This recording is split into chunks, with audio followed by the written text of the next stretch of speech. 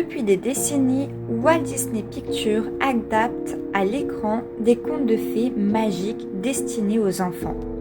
Cependant, certains de ces contes sont en réalité tirés d'histoires et de récits beaucoup plus sombres. C'est notamment le cas de Pinocchio. On se rappelle tous de la version de Disney. Pinocchio est une adorable marionnette qui souhaite devenir un véritable petit garçon. Cependant, c'est à Carlo Collodi, auteur italien, que l'on doit l'histoire originale, publiée entre 1881 et 1882, sous la forme d'une série dans un journal italien. Il fut écrit par Carlo Collodi, un ancien journaliste qui était réputé pour détester les enfants. Les personnages de Pinocchio vit le jour en 1881. Depuis ce temps, son histoire a été éditée et adaptée pour en faire différentes versions. Carlo Collodi était plus connu sous le nom de Carlo Lorenzini. En plus d'être journaliste, il fut aussi écrivain. Cependant, la vraie histoire de Pinocchio n'avait rien à voir avec les récits adaptés par le studio de Disney.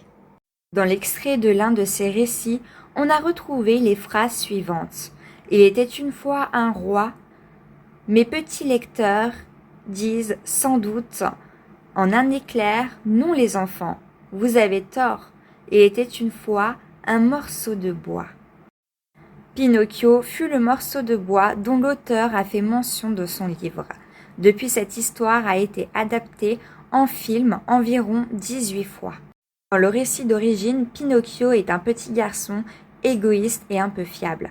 Il a aussi été caractérisé comme morveux et coquin. En général, c'est un garçon comme les autres qui aurait fait beaucoup de mauvais choix. Durant le déroulement de l'histoire, Pinocchio s'est enfui de chez Geppetto et n'est pas rentré. Pantin prétend que le vieil homme le maltraitait, ce qui conduit à l'arrestation et à l'emprisonnement de Geppetto. Puis Pinocchio se trouva sans rien et fut submergé par une immense faim. Une fois relâché, Geppetto lui donna 3 poires. Dans le déroulement de l'histoire, Pinocchio a échappé de justesse à la mort plusieurs fois. En effet, ce dernier a presque été jeté dans le feu. Ensuite, il a été enrobé de farine afin de servir de repas à un pêcheur qui voulait goûter le plat. Mais encore, il a été transformé en âne, puis jeté dans la mer. Et enfin, il a été avalé par un grand requin, ce qui lui a permis de sauver Geppetto, qui lui aussi était avalé par le même requin.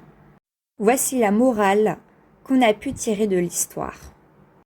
Voici la morale qu'on a pu tirer de l'histoire.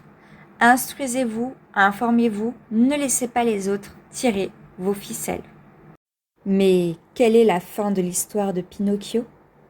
Pinocchio finit par retenir la leçon et décide de s'occuper de son père plutôt que de passer son temps à s'enfuir et à fréquenter des gens peu recommandables.